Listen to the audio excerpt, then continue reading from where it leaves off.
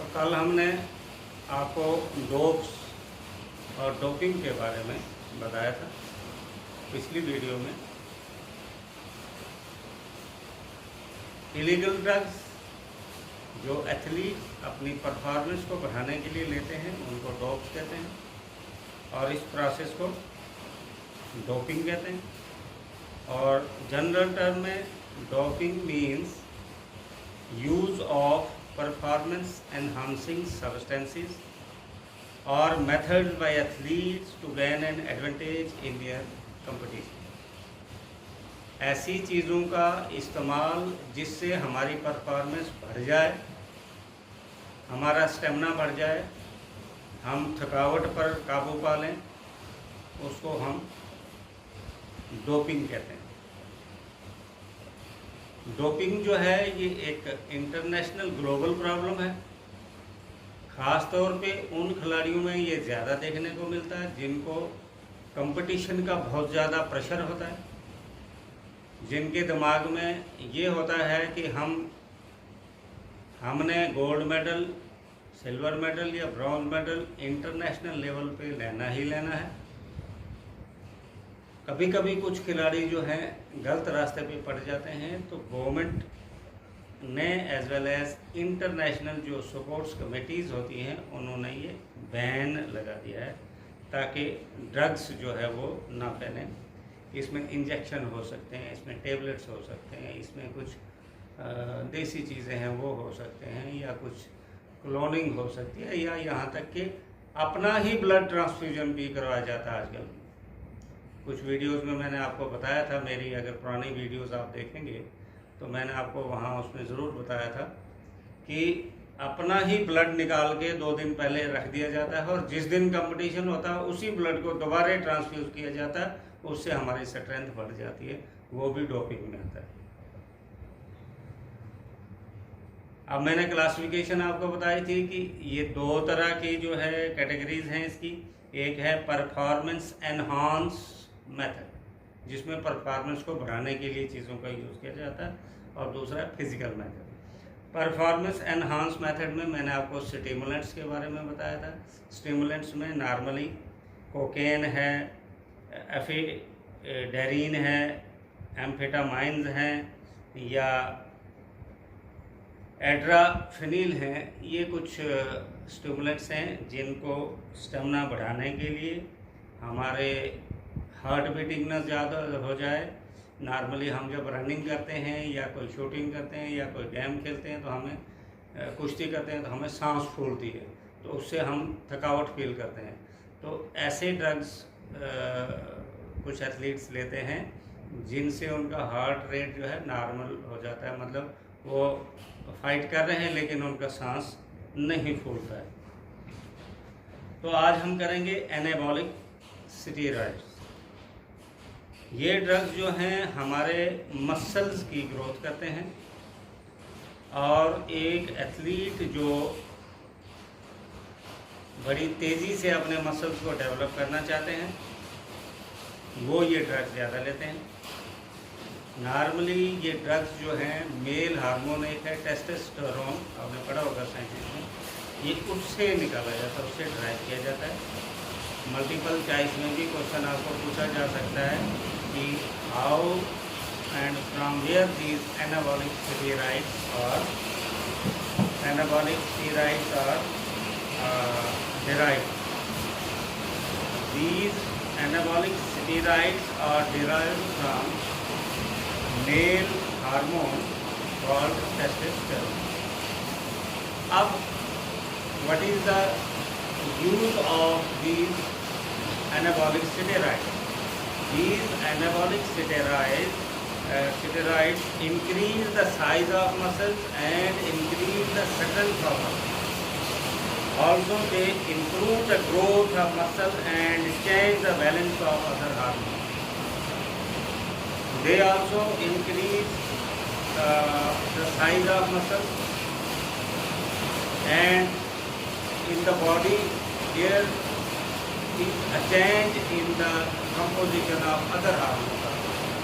One of the hormone gets increased, so other hormones the balance is disturb other hormone. मतलब जब हम एक hormone का percentage बढ़ाते हैं तो दूसरे हार्मोन की कम्बिनेशन जो है वो चेंज हो जाती है। अब they enhance performance in support drostanolone, methenolone, oxandrolone are commonly use steroids by athletes, जिन पर बैन लगाया है। ये कुछ कॉमन स्टीरॉइड्स हैं, एनाबॉलिक स्टीरॉइड, जैसे प्रोस्टेएनोलोन, मेटिनोलोन, ऑक्जेंड्रोलोन। ये स्पेशली वो खिलाड़ी जो अपने मसल्स को बढ़ाना चाहते हैं, जैसे बॉडी बिल्डिंग हो गया, जैसे कुश्ती हो गया, जैसे बॉक्सिंग हो गया, यहाँ पर एथलीट जो है अपने बॉडी के मसल्स, या कई बार जो है आजकल शौक के तौर पे भी बॉयज़ खासकर चाहते हैं कि मेरे डोलों की शेप, मेरे चेस्ट की शेप ये बहुत बढ़िया हो, तो उसके लिए भी ये कई बार गलत तरीका अपनाते हैं। एक्सरसाइजेज करके, योगा करके, डाइट लेकर, मसाज करके डेवलप कीजिए, वो रियल स्ट्रेंथ है। ये जो ड्रग्स ले लेकर हम इन चीज़ों को डेवलप करते हैं, ये शरीर के लिए बहुत ज़्यादा नुकसानदेह भी है और गैर कानूनी भी है, इलीगल भी है। Then comes peptide hormones. Peptide hormones are those substances which are produced by glands in the body. Basically, they are also produced in the body. These substances circulate in the body. Almost all of our body organs depend on growth hormone to develop. Nature ने हमें दिया हुआ brain में एक pituitary gland होता है, उसको master gland of the body भी कहते हैं। मुंह में सैलिवरी ग्लैंड है, हमारे पास जो है स्प्लीन है, हमारे पास लीवर है, हमारे पास थायराइड है, हमारे पास बहुत से ग्लैंड हैं जो पर्टिकुलर टाइप के केमिकल्स जो हैं वो प्रोड्यूस करते जाते हैं, और वो केमिकल्स ब्लड में मिक्स होकर पूरे बॉडी में सर्कुलेट करते रहते हैं। Almost all of our body organs depend on growth hormone to develop. Growth hormones are naturally produced by the pituitary gland. These type of drugs can improve the growth of muscles, change the balance of other hormones and increase the production of RBC. ये हमारे muscles का size बढ़ाते हैं, body का size बढ़ाते हैं, बाकी hormones का जो है चेंज आ जाती है, RBC को बढ़ाते हैं और हमारे मसल्स में ऑक्सीजन की सप्लाई को बढ़ा देते हैं। इनकी कॉमन एग्जांपल हैं erythropoietin, human growth hormone, insulin extra. Insulin जो है आप देखते हैं कि डायबिटीज़ को चेक करने के लिए भी लगाया जाता है, लेकिन जब इंसुलिन को नशे के तौर पर इस्तेमाल किया जाए तो देन इट बिकम्स ड्रग्स। लेकिन जब इंसुलिन को under the prescription of doctor या मेडिकल फिजिशियन लिया जाए और रिक्वायर्ड क्वांटिटी में लिया जाए तो देन इट इज़ मेडिसिन। तो ये पेप्टाइड हार्मोन जो हैं they are also very harmful and they increase number of risk and they create number of problems in the body. अब होता क्या है कि आजकल आप देखेंगे कि बहुत से युवा, बहुत से नौजवान खुद ही इंजेक्शन लगाए जा रहे हैं।